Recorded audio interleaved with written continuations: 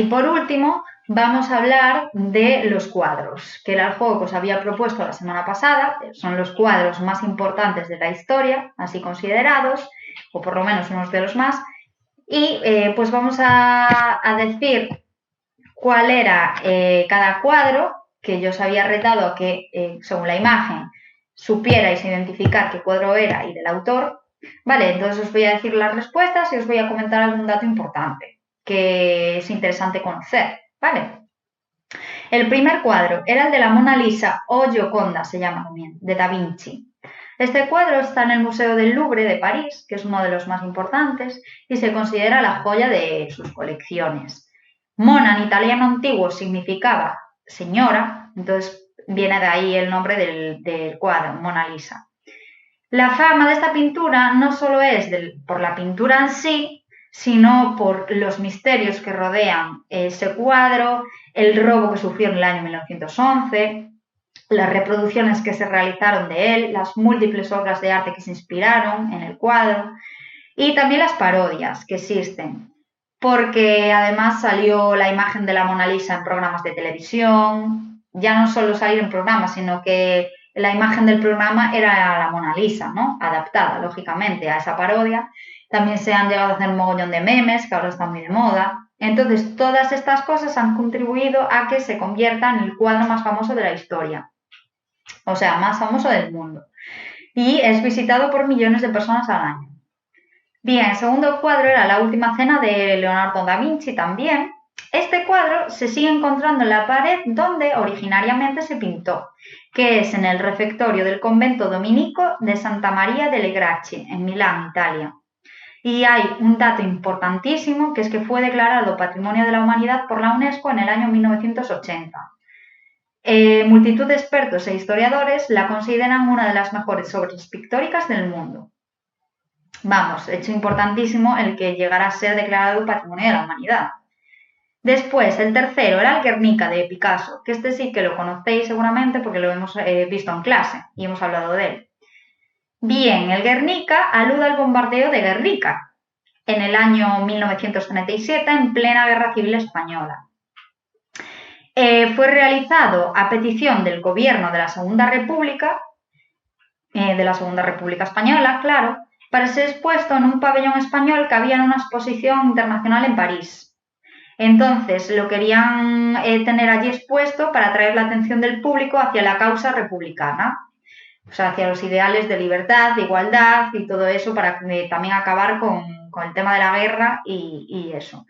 En la década de 1940, como España había instaurado ya la dictadura militar de Francisco Franco, Picasso optó por dejar que el cuadro fuese custodiado por el Museo del Arte Moderno de Nueva York, el MoMA, porque como era un cuadro que su principal objetivo era ir enfocado hacia la causa republicana, al estar instaurada la dictadura de Franco, pues obviamente se quitó. Picasso sí que expresó la voluntad de que fuera de vuelta a España cuando todo acabase, cuando se volviera la democracia, pero en el año hasta el 1981 la obra no llegó finalmente a España. Vale, se expuso primero en otro museo, pero actualmente desde el año 92 está en el Reina Sofía de Madrid. Bien, el cuarto, Las Meninas de Velázquez, también un cuadro súper típico. El tema central, pues el retrato de la infanta Margarita de Austria, que está colocada en un primer plano en el cuadro y está rodeada por sus sirvientes, que son las meninas. Y en la pintura también vemos otros personajes. Pero, ¿qué cabe destacar? Que en el lado izquierdo de la pintura se observa un lienzo y detrás del lienzo Velázquez se autorretrató. O sea, la persona que está detrás del lienzo es el propio Velázquez. Vale. Y nada, se encuentra en el Museo del Prado, en Madrid, también. Luego, el quinto, La Noche Estrellada, de Van Gogh.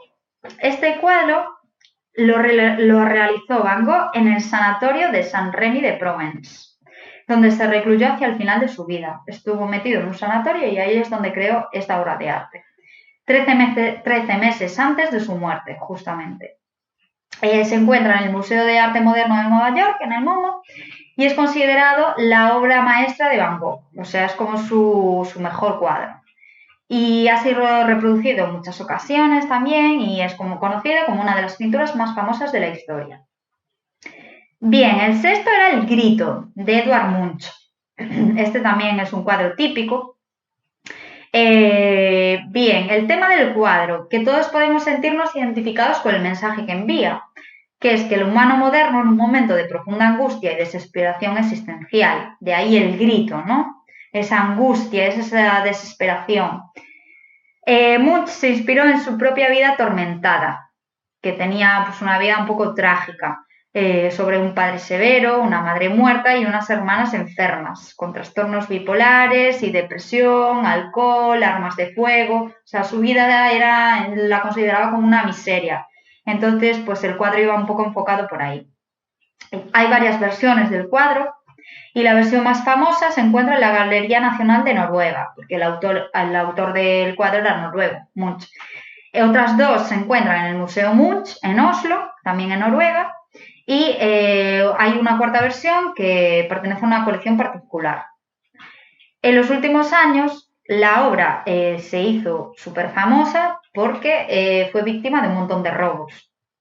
La versión más conocida, la de la Galería Nacional de Noruega, fue robada en el 1994 y recuperada 12 semanas más tarde de que se hubiera robado. Y en agosto de 2004, que esto aún es relativamente hace poco, se produjo el robo de otras versiones expuestas en el Museo Munch. 2 años después, el 31 de agosto de 2006, la policía noruega anunció la recuperación de la pintura. Vale. Bien, el séptimo cuadro, la Capilla Sixtina de Miguel Ángel. Este también lo vimos en la clase. Fue una pintura realizada para decorar la bóveda de la Capilla Sixtina en la ciudad del Vaticano, en Roma. Fue pintada entre el año 1508 y 1512 por Miguel Ángel y es una de las obras pictóricas más complejas de toda la historia del arte, encargada por el Papa Julio II. En la pintura, Miguel Ángel incluyó el desarrollo de historias del Génesis y utilizó 500 metros cuadrados de espacio. O sea que imaginaros, le llevó 4 años pintarla y trabajó solo, sin ayudantes. La realizó sola la pintura. Por eso se considera una de las obras más complejas. El 8 era La persistencia de la memoria, de Salvador Dalí. Este cuadro se conserva en el Museo de Arte Moderno de Nueva York, en el MoMA, que ya hablamos de él 2 veces antes.